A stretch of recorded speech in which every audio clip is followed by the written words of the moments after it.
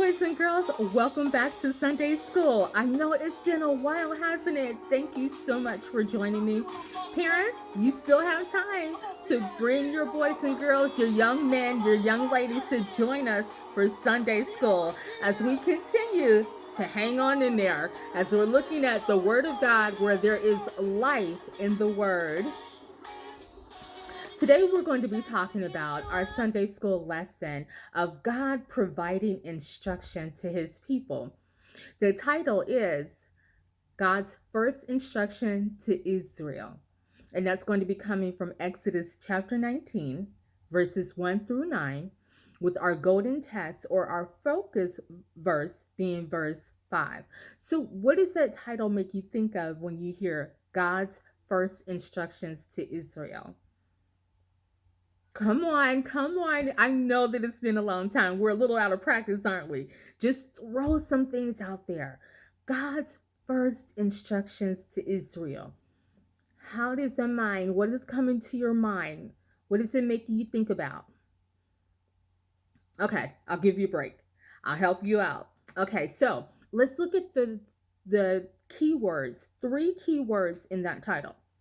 God, the creator of all things. Instructions. Now, Google defines instruction in 2 parts. First part being a direction or an order. The second part being detailed information telling how something should be done, operated, or assembled. So that means that today we're going to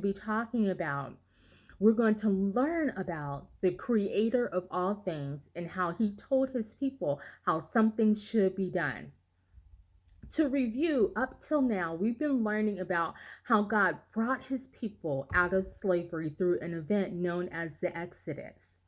His chosen leader, Moses, led about 2.4 million, yes, I said million, people out of Egypt.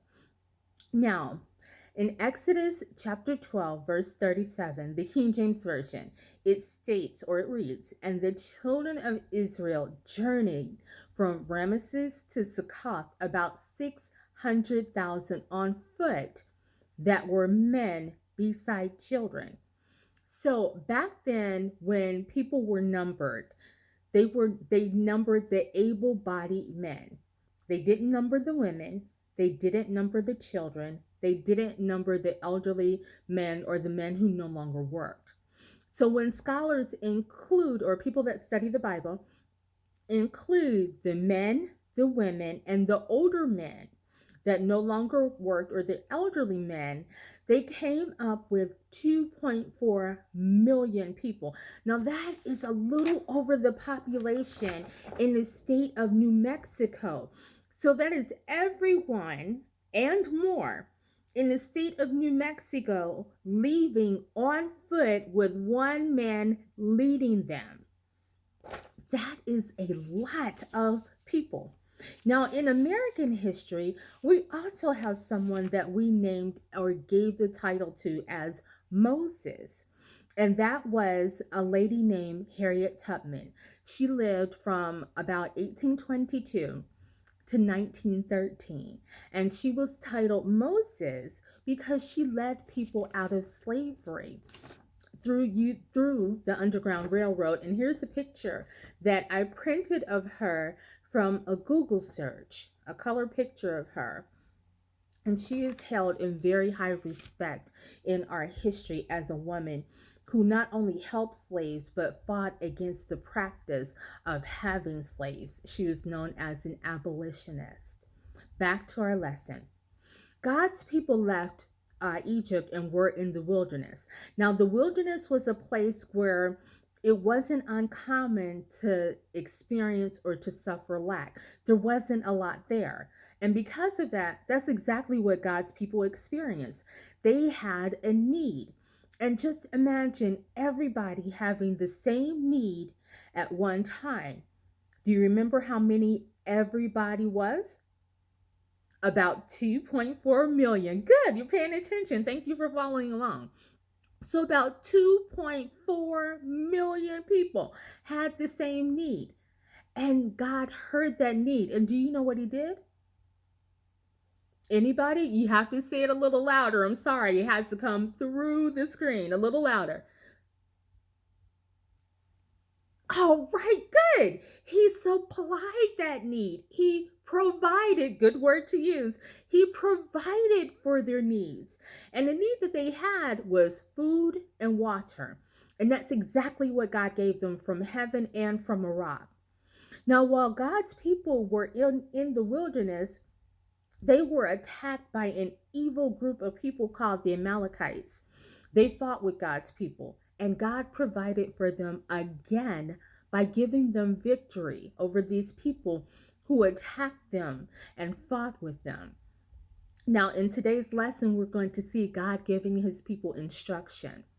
Now, in the scriptures for our lesson today, we see that God's people are still traveling through the desert. His leader, Moses, went to talk to God.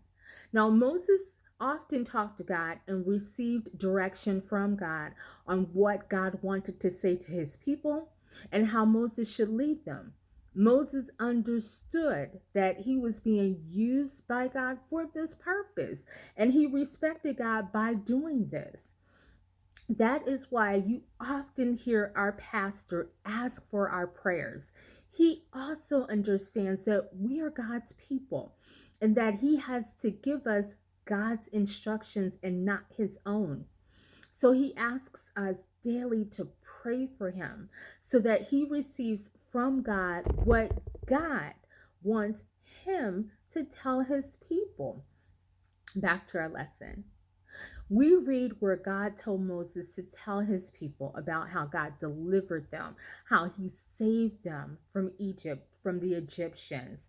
And with that, they would also remember how God provided for them, how he gave them manna when they were hungry and they needed bread, how he gave them meat, he gave them quail, and how he gave them water from a rock. In Exodus chapter 19, verse 5, Moses told them that if they obeyed God and kept his promises, they would be a special treasure to him. It reads in the Contemporary English Version. Now, if you will faithfully obey me meaning God, you will be my very own people. The whole world is mine. So let's look at that with an example. An example would be a favorite video game, a favorite ball game that you may have, a favorite book, your best friend. Now, you may have downloaded multiple games. You have multiple balls, a football, a basketball, a baseball. You've heard different stories from different authors, and you have more than one friend.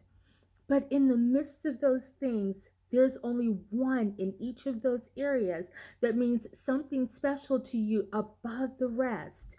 There's a ball game that you definitely want to watch. You'll put aside other things so that you can watch that ball game. There's some secrets that you will only tell your best friend, whomever you consider to be your best or your closest friend, the one that you could trust. Let's look at another example. A man or a woman's wedding ring. You know, one ring isn't necessarily better than another one. It may not be. The ring that I'm holding is very simple. But you know what? This ring is considered to be special more than any other one because of what it means to the person. And that's what was going on with God's people. It's not that they were better than anyone. It's not that he gave them 3 arms and everybody else only had 2. They were going to be considered special, his very own. So God instructed his people to follow what he told them and to keep his promise. Notice, I want you to see something here. God told them to do this after they had learned for themselves and not just what they had heard. God allowed them to have experience with him. He had a track record with them, that he could be trusted to care for them, that he could protect them and to provide for them. And all they had to do was to trust him, and the opposite of what you do when you don't do what you're told. Obey him and to follow him. And what did Moses do when he went to talk to God? To ask him. Good. And that's the same thing for us today. Remember, we're God's people also. And we can trust him to do the same as he did for the people that lived before us. And all we have to do, we can trust him to care for us, to protect us, and we can trust him. And all we have to do is obey him, follow him, trust him, and that's right. Ask him as well. Thank you so much for joining me for our Sunday school lesson today. I know that it went by really fast, but hopefully you will join me next time when we talk about how God gave his 10 commandments to his people. And remember, God loves you very much and you are special to him. And remember to do as the song says, hang on in there. We love you. God bless you. Bye.